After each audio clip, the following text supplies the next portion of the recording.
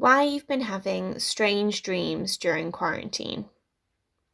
Many of us have been experiencing odd dreams when we've been going to bed recently. This might seem like a coincidence, but it's not all in your head. A recent dream survey conducted by professors at Hartford Medical School has suggested that the occurrence of vivid dreams has spiked whilst we've been in lockdown. But why is this? How do we dream? Let's first look at how dreams occur. Dreams take place in rapid eye movement, REM sleep. This happens about an hour into sleep in what many refer to as the fifth stage of our sleep cycle. During this stage, a neurotransmitter, a substance released from one neuron to another, called acetylcholine, is released from the cholinergic neuron. The release of acetylcholine has been linked to learning and memory. These are functions which are particularly important for the creation of dreams. Another part of the brain that has been found to be high in activity during REM sleep is the extrastriate cortex, an area that is responsible for visual hallucinations. Neurotransmitters such as noradrenaline, which promote vigilance and attentiveness, are very low, as we don't really need these when we're sleeping. Hence, our responsiveness to the content of our dreams, which can be unusual to say the least, is typically reduced. Why do we dream? It is still unclear exactly why we dream. Some have suggested that REM sleep is vital for our mental health, as it aids in learning and emotional regulation. Others suggest that it has rejuvenative properties. Previously, we thought that dreams were expressions of our repressed wishes. A bit of a Freud tribute for those of you who have heard of him. Freud's theory separates dreams into manifest content, what we recall from them, and what they actually mean, latent content. For example, it was believed that dreaming of falling signified a person about to give in to their sexual urges in real life. This is a funny idea, but it is not very likely. Sorry for those of you who have recently had a dream about falling. The leading theory at the moment was proposed by Alan Hobson in 1989.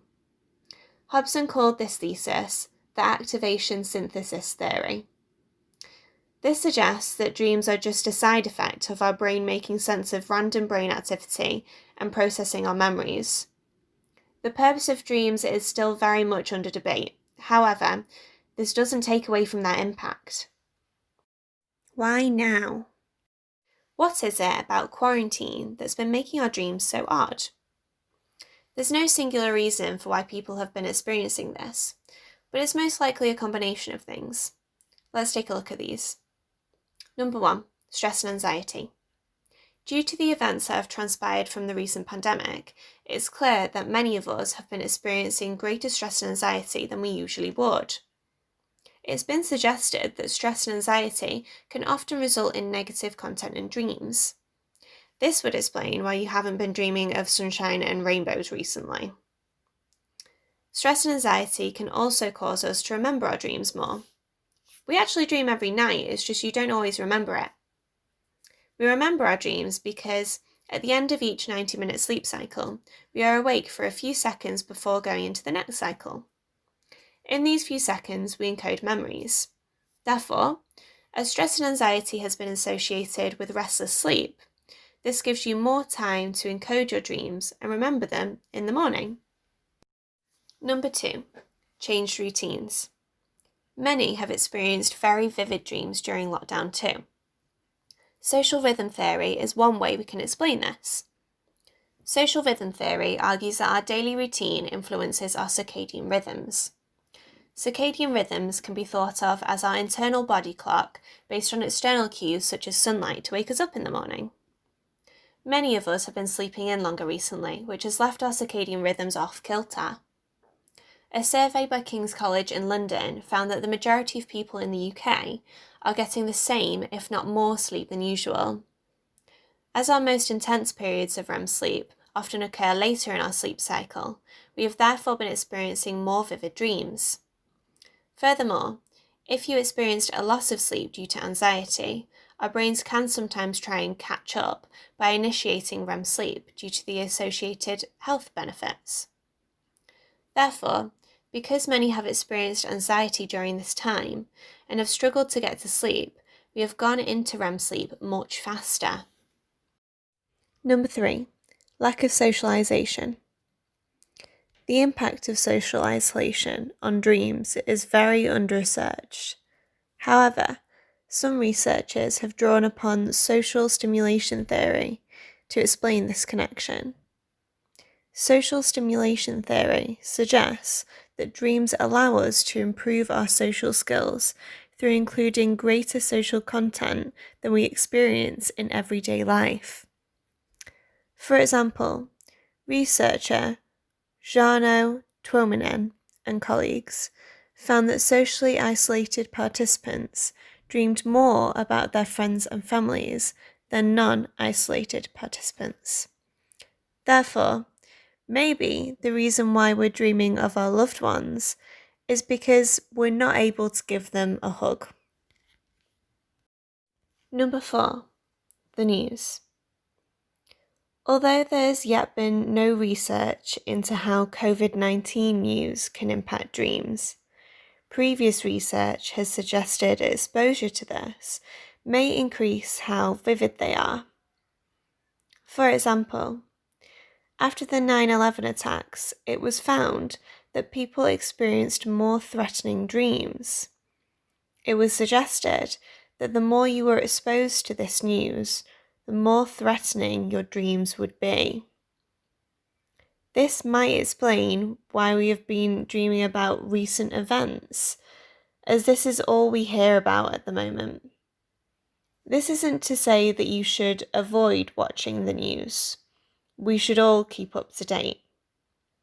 However, overexposure may explain some of your bad dreams.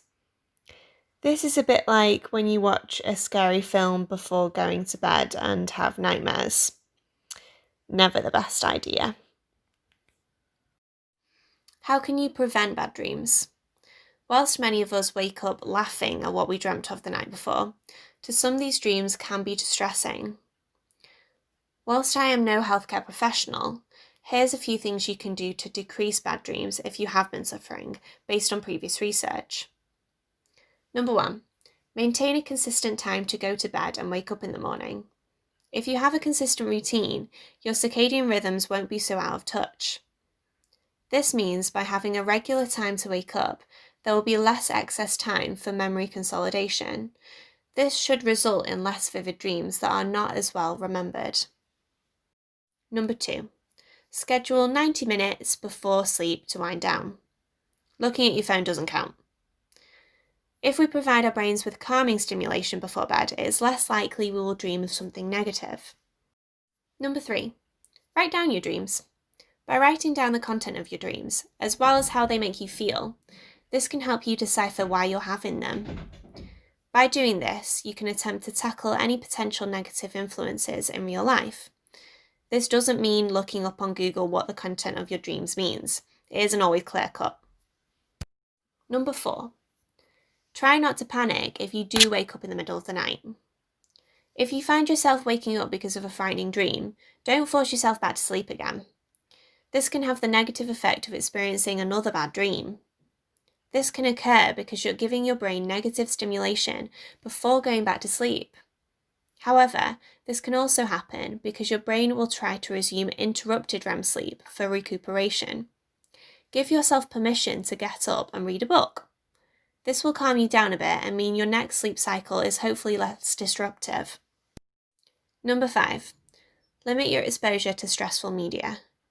As we explored before, the news can often have a negative impact on sleep and dreams. Just like a scary movie, maybe don't watch the news just before you go to bed. I hope you enjoyed this article. If you would like to learn more about sleep and dreams, please click on the link in my article. If you have been having bad dreams during quarantine, you will hopefully now know what you can do to reduce them, and know that you're not the only one.